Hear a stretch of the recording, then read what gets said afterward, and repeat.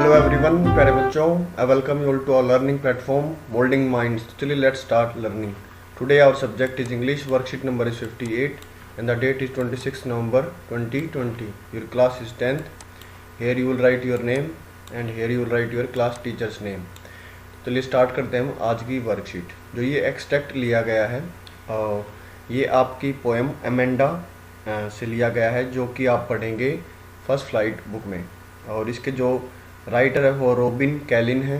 और बेसिकली ये स्टोरी है एक स्मॉल चाइल्ड के बारे में, जिसके पेरेंट्स उसे हमेशा नैगिंग स्कोल्डिंग उसको धमकाते रहते हैं, बोलते रहते तुम ये करो तुम वो करो, और जो कि उसको अच्छा नहीं लगता और जो कि उसको अनहैप्पी कर देता है. और वो बताती है कि मुझे वो अपनी फ्रीडम चाहती है. वो लड़की बेसिकली जो छोटी जो बच्ची है वो फ्रीडम चाहती है अपनी, कि मुझे मेरे पास वो फ्रीडम हो कि मैं जो चाहे वो कर सकूं. उसके बारे में ही हम इसमें पढ़ेंगे. और यहाँ पर दो एक्सट्रैक्ट दिए गए हैं और दो स्टेंजास दिए गए हैं. फर्स्ट स्टेंजा में उस लड़की की इमेजिनेशंस के बारे में हमें बताया गया है, और सेकंड में जो उसकी मम्मा उसको स्कोल्ड कर रही है उन लाइनों के बारे में हमें बताया गया है. तो हम इसे पढ़ेंगे और उसके बाद क्वेश्चन आंसर्स करेंगे. यहाँ पर स्टार्ट करते हैं हम. I am N orphan roaming the street. I pattern soft dust with my hushed bare feet. The silence is golden, the freedom is sweet. तो इसमें ये इमेजिन करती है, क्योंकि ये बीच से लिया गया है आपकी पोएम से. तो इससे पहले जब उसकी मम्मी ने उसको दोबारा से बोला कि तुम्हें ये करना चाहिए, तुम होमवर्क टाइम पे करना चाहिए, तो वो सोचती है, वो इमेजिन करती है कि आई एम एन ऑर्फन, मुझे एक अनाथ होना चाहिए.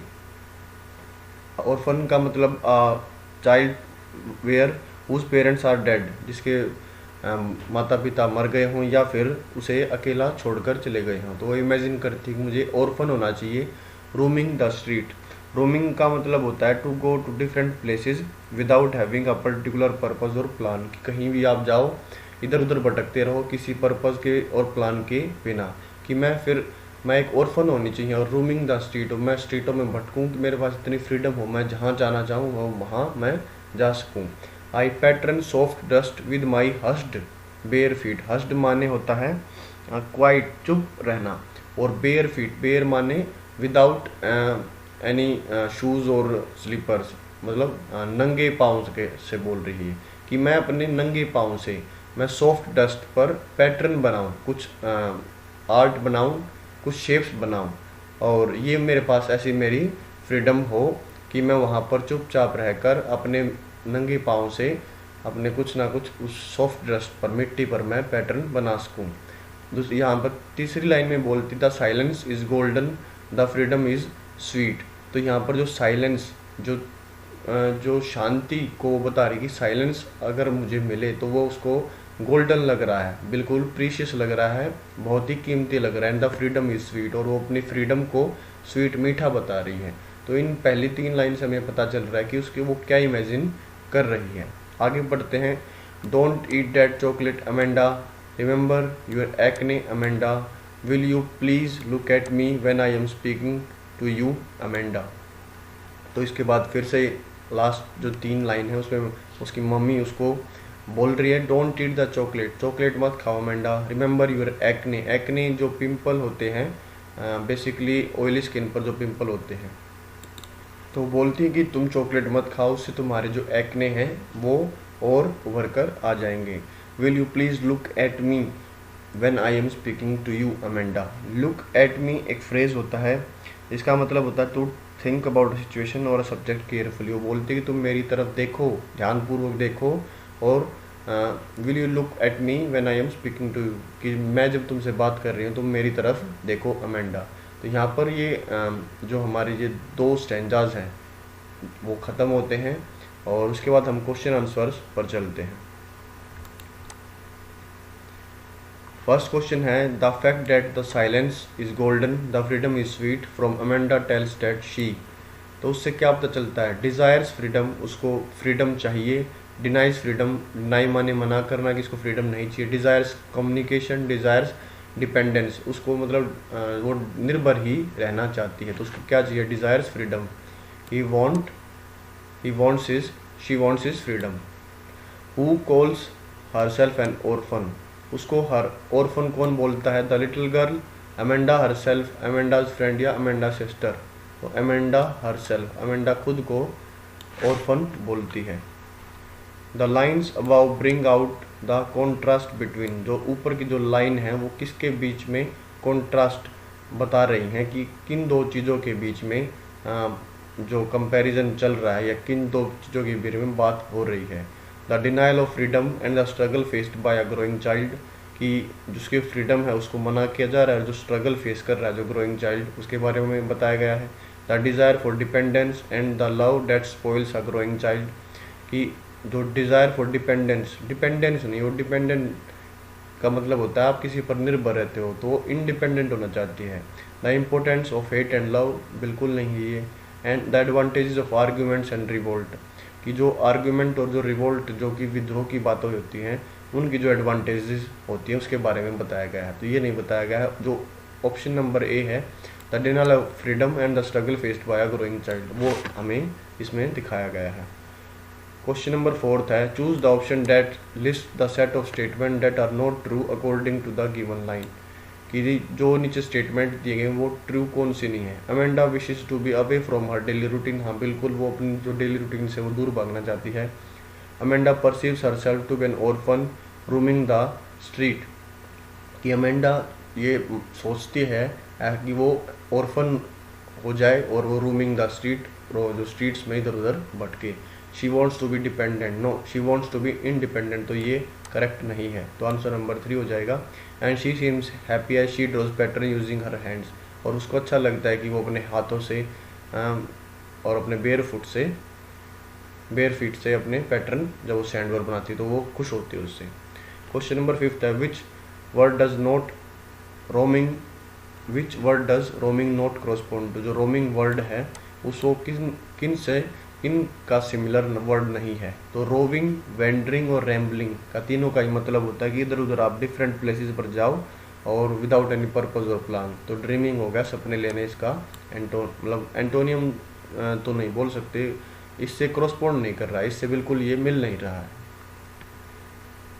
क्वेश्चन नंबर 6 देखते हैं the literary device used in the phrase the silence is golden the freedom is sweet, तो यहाँ पर साइलेंस को गोल्डन से सिमिलर बताया गया है और फ्रीडम को स्वीट से सिमिलर बताया गया है।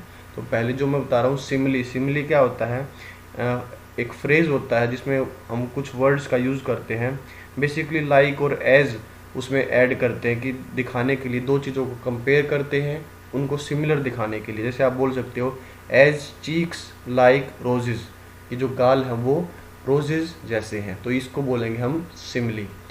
ओनोमोटोपिया का मतलब होता है कि ऐसा फिगर ऑफ स्पीच जिसमें जो साउंड है वो खुद ही उसका मीनिंग बताए। जैसे बेसिकली इसमें जो जानवर जो आवाज़ें निकालते हैं वो आवाज़ें इसमें ज़्यादा होती हैं। जैसे मैं आपको बता अगर इसका एग्जांपल दूं, ग्रंट ग्रंट गोज द होग, होग होता है पिग, जो ये ग्रंट है ये क्या है, ओनोमोटोपिया है। ये से जो गुर की जो आवाज़ में जो पिग निकालता है, सुअर निकालता है उसको, तो इससे पता चल रहा है कि इनके साउंड से, इनसे वर्ड से ही पता चल रहा है कि वो क्या मीनिंग इनका वर्ड का हो सकता है। तो इन वर्ड्स को क्या बोलेंगे, ओनोमोटोपिया। मेटाफर होता है कि दो चीज़ों को सिमिलर दिखाएं जब वो बिल्कुल उसके क्रॉसपोंड ना हो। जो जैसे इसमें दिखाया था silence is golden the freedom is sweet, कि जो साइलेंस है वो गोल्डन है, जो फ्रीडम है वो स्वीट है। तो ये आंसर हमारा सी मेटाफर हो जाएगा। और एलिट्रेशन होता है कि दो या दो से ज़्यादा वर्ड्स को कंसेक्यूटिवली लगातार आप जब वर्ड्स को यूज़ करते हो और उनकी जब कॉन्सोनेंट साउंड आती है तो उसको बोलते हैं हम एलिट्रेशन। जैसे स्टॉप, अभी इस पोएम में आप जब पोएम अपने चैप्टर अपनी बुक से पढ़ेंगे तो इसमें एक आपको लाइन मिलेगी, stop that slouching and sit up straight. तो यहाँ पर एस जो स की साउंड है वो फ्रीक्वेंट यहाँ पर रिपीट हो रही है, तो इसको बोलेंगे हम एलिट्रेशन। आगे है question number 7, the above stanza uses the phrase look at me, which of the following expression is incorrect with respect to the word look at. Look at का मतलब होता है किसी की तरफ, किसी सिचुएशन या किसी सब्जेक्ट की तरफ, उसकी तरफ देखना और केयरफुली थिंक करना। लुक एट द पिक्चर आप बिल्कुल बोल सकते हो पिक्चर की तरफ देखिए, लुक एट योर सेल्फ, खुद की तरफ देखिए, look at the building, building की तरफ देखिए, लुक एट फ्रीडम नहीं होगा। फ्रीडम एक ऐसा नाउन है जो कि तो फ्रीडम को आप देख नहीं सकते हो, आप फ्रीडम को फील कर सकते हो। क्वेश्चन नंबर 8 जो है वो है justify the poet's imagination to be a mermaid in Amanda. ये जो पोइट का जो इमेजिनेशन है जिसमें अमेंडा एक मेरमेड बनना चाहती है। मेरमेड क्या होता है? एक फिक्टिटियस, एक काल्पनिक हाफ वुमन सी क्रिएचर होता है जिसका हेड और जो ट्रंक है वो वुमन का होता है, और जो टेल है, जो नीचे का हिस्सा है, वो एक फिश की तरह होता है। आपने काफ़ी स्टोरीज में, काफ़ी पिक्चर्स में भी देखा होगा। तो ऐसा क्यों बोलते हैं?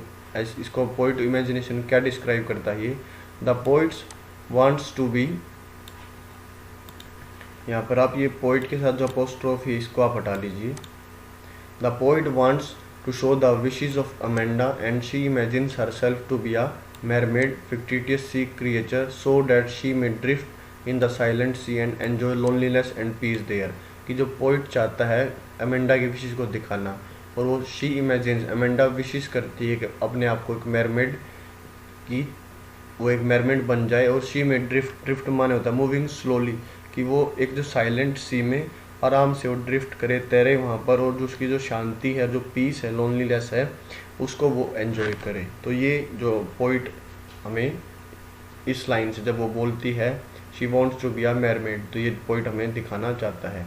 What do you depict of the Amanda's nature? आप जो अमेंडाज नेचर से आपको क्या पता चलता है कि उसका नेचर कैसा है?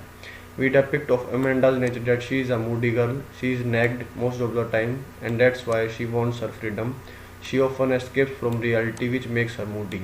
डेपिक्ट अमेंडा का क्रिएचर हमें दिखाता है कि वो मूडी गर्ल है, शी इज़ नेग्ड, उसे वो मोस्ट ऑफ द टाइम ये बोला जाता है कि तुम ये करो वो करो, और इसीलिए उसको फ्रीडम अपनी चाहिए। She often escapes from reality which makes her Moody, और वो मतलब ज़्यादातर जो रियलिटी, जो सच्चाई, उससे भागती है, जो उसको मूडी बनाता है। तो यहाँ पर हमारी जो वर्कशीट है ख़त्म होती है। लास्ट में आपको कोविड अप्रोप्रिएट बिहेवियर क्या मैसेज आपको पढ़ने को मिलता है। Wash your hands with soap and water regularly, अपने हाथों को पानी और सोप से नियमित रूप से धोएं, एंड कोविड-19 से अपने आप को बचाए रखें। And if you like this video और if you think this is helpful for you, then hit the like button, subscribe our channel, hit the notification bell, share with friends and keep watching and supporting our channel Molding Minds। जय हिंद, जय भारत। मिलते हैं आप सबसे अगले video में।